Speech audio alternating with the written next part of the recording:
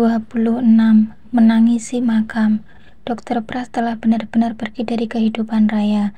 Ia kini tinggal di rumah ibundanya.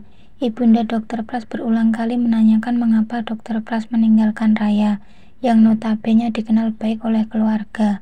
Raya sama sekali tidak punya kesalahan di mata keluarga Dr. Pras. Tetapi faktanya Dr. Pras justru pergi meninggalkan wanita itu. Wanita yang cantik, pintar, juga ramah dan kaya. Orang tua mana yang tidak terpana akan itu? Orang tua mana yang tidak ingin anaknya mendapatkan wanita seperti itu? Setiap kali sang ibunda bertanya, maka Dr.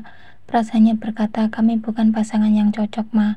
Hanya itu, sungguh membingungkan. Aktivitas Dr. Pras selain ke kantor adalah pergi ke makam Quinsa setiap hari sebelum senja. Di sana ia merasa seolah-olah sedang bermain bersama Quinsa. Ia berbincang, ia berkelakar, kemudian bila rindunya usai, maka ia akan pulang. Ya, Dr. Pras akan pulang ke rumahnya, membasuh wajahnya yang sembab, sholat dan tidur. Hanya itu yang dilakukan. Seperti hari ini ketika Dr. Pras ingin berangkat ke makam, dia telah berpamitan pada rekan-rekannya di rumah sakit. Ia mengemudikan mobilnya menuju makam, sepertinya Quinsa sedang menunggu kedatangannya. Ia membawa buket bunga yang ia ingin letakkan di pusara Quinsa. Langkah kaki Dr. Pras dengan mantap menuju makam itu. Namun berjarak beberapa langkah ia melihat seorang wanita sedang bersimpuh, menabur bunga seraya berdoa. Dr. Pras membuka kacamata hitamnya. Ia ingin lebih dekat mengetahui siapa sebenarnya wanita itu. Namun ia mengurungkan niatnya. "Andarikah?" tanyanya lirih, tapi bila melihat postur tubuhnya, jelas itu bukan Andari. Lalu siapa? Wanita itu berbalik. Dr. Pras berlindung di samping pohon besar agar keberadaannya tak nampak dari wanita itu. Wanita dengan dress Korea panjang dan kerudung panjang, juga kacamata berwarna ungu itu, melangkah hendak meninggalkan makam. Betapa terkejutnya Dr. Pras. Ternyata wanita itu adalah Raya. Raya mantan istrinya. Ups, Raya istrinya. Toh mereka belum benar-benar bercerai, artinya Raya masih istrinya kan? Untuk apa Raya ke makam Quinsa, dan dari mana ia tahu bahwa Quinsa dimakamkan di sini? Suara Dr. Pras lagi. Dr. Pras membiarkan Raya pergi. Ia melihat tubuh Raya hingga hilang tak nampak lagi. Sesungguhnya Dr. Pras masih sangat mencintai Raya. Ia masih menjadikan Raya bayangan sebelum tidur. Raya adalah istri yang melayaninya dengan baik. Begitu besar cintanya pada Raya, sebesar itu pula ketakutannya untuk kembali. Mereka seperti rel kereta api, searah tapi untuk bertemu tak mungkin bisa. Seperti itulah yang terjadi hari ini. Dr. Pras mengakui belum bisa melupakan Raya, tapi untuk kembali menikahi Raya rasanya tidak mudah.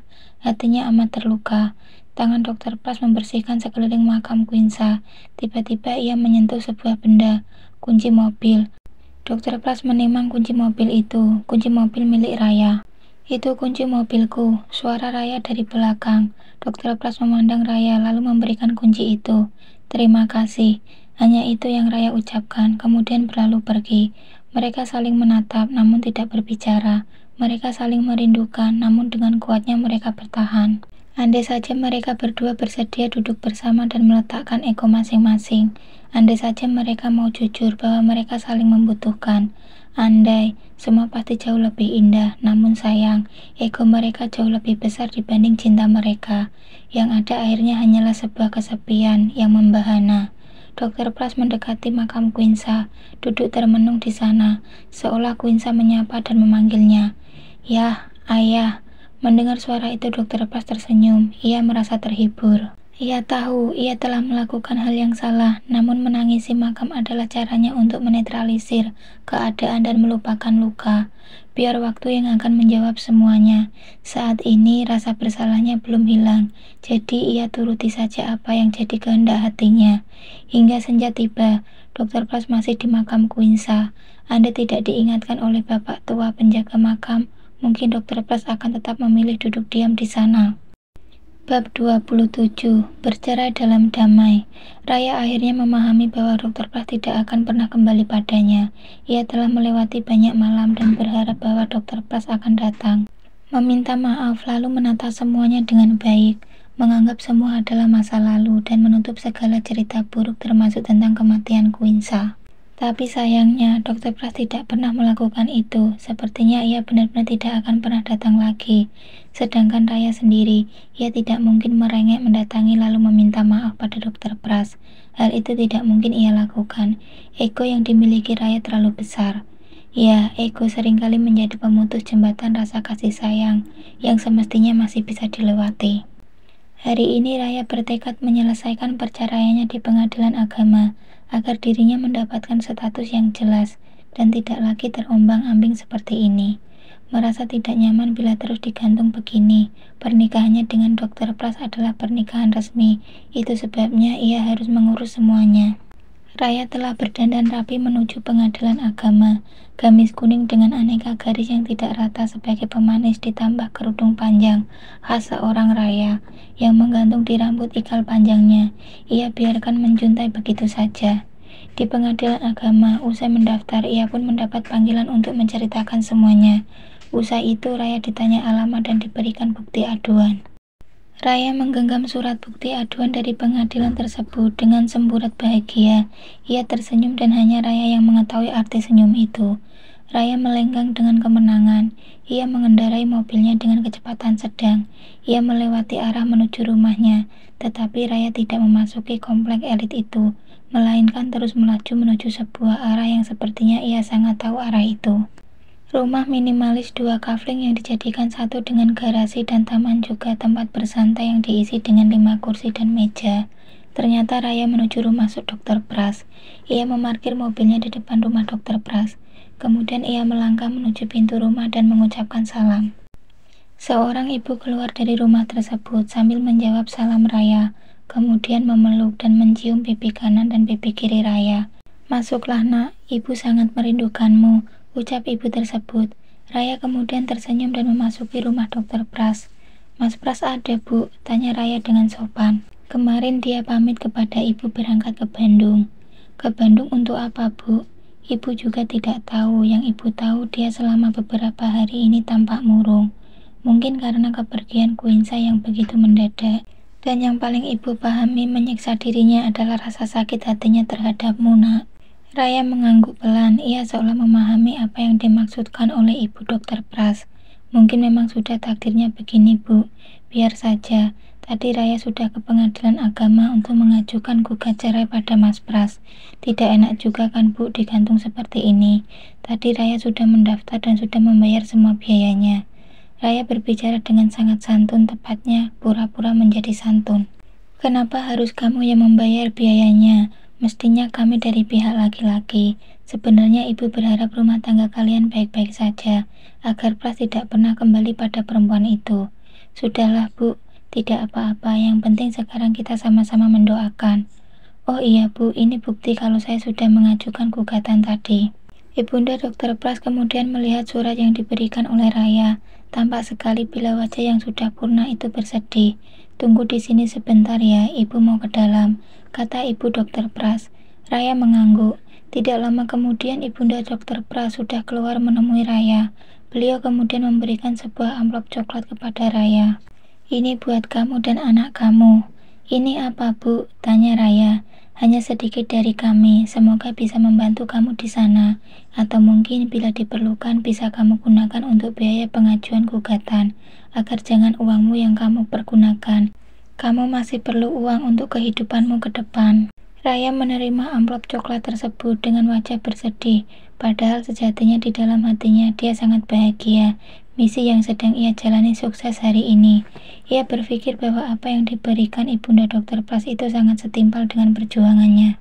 Sebagai seorang wanita yang dinikahi oleh seorang laki-laki dengan baik, ketika mereka bercerai harusnya si laki-laki bertanggung jawab atas biaya perceraian itu, bukan malah si wanita yang harus pontang-panting mencari jalan keluar tentang legalitas dirinya. Hal itu menjadi salah besar. Kebanyakan dari perempuan tidak mengerti tentang itu, atau tepatnya tidak mempunyai cara agar bisa melewati jalan itu. Seperti apapun ceritanya, perempuan harus berharga dong. Mengenai takdirnya menjadi pelakor atau takdirnya menjadi istri kedua atau takdirnya menikah di bawah tangan, itu urusan jalan cerita hidupnya, tentang bagaimana dia menjalaninya. Hal itu yang dibutuhkan kecerdasan dan kecerdikan dalam berpikir. Setidaknya itulah yang ada di dalam benak Raya. Kalau begitu saya pamit dulu ya, Bu. Iya, hati-hati di jalan dan tentang itu jangan pernah cerita kepada Pras ya. Raya mengangguk, bertanda mengiyakan, kemudian ia menjabat tangan Ibunda Dokter Pras dan mencium pergelangan tangannya. Raya bersikap sangat sopan. Raya melangkah menuju mobilnya, kemudian mengendarai mobil tersebut untuk kembali pulang ke rumahnya. Di persimpangan, ia sempat terhenti untuk membuka amplop coklat yang diberikan oleh Ibunda Dokter Pras.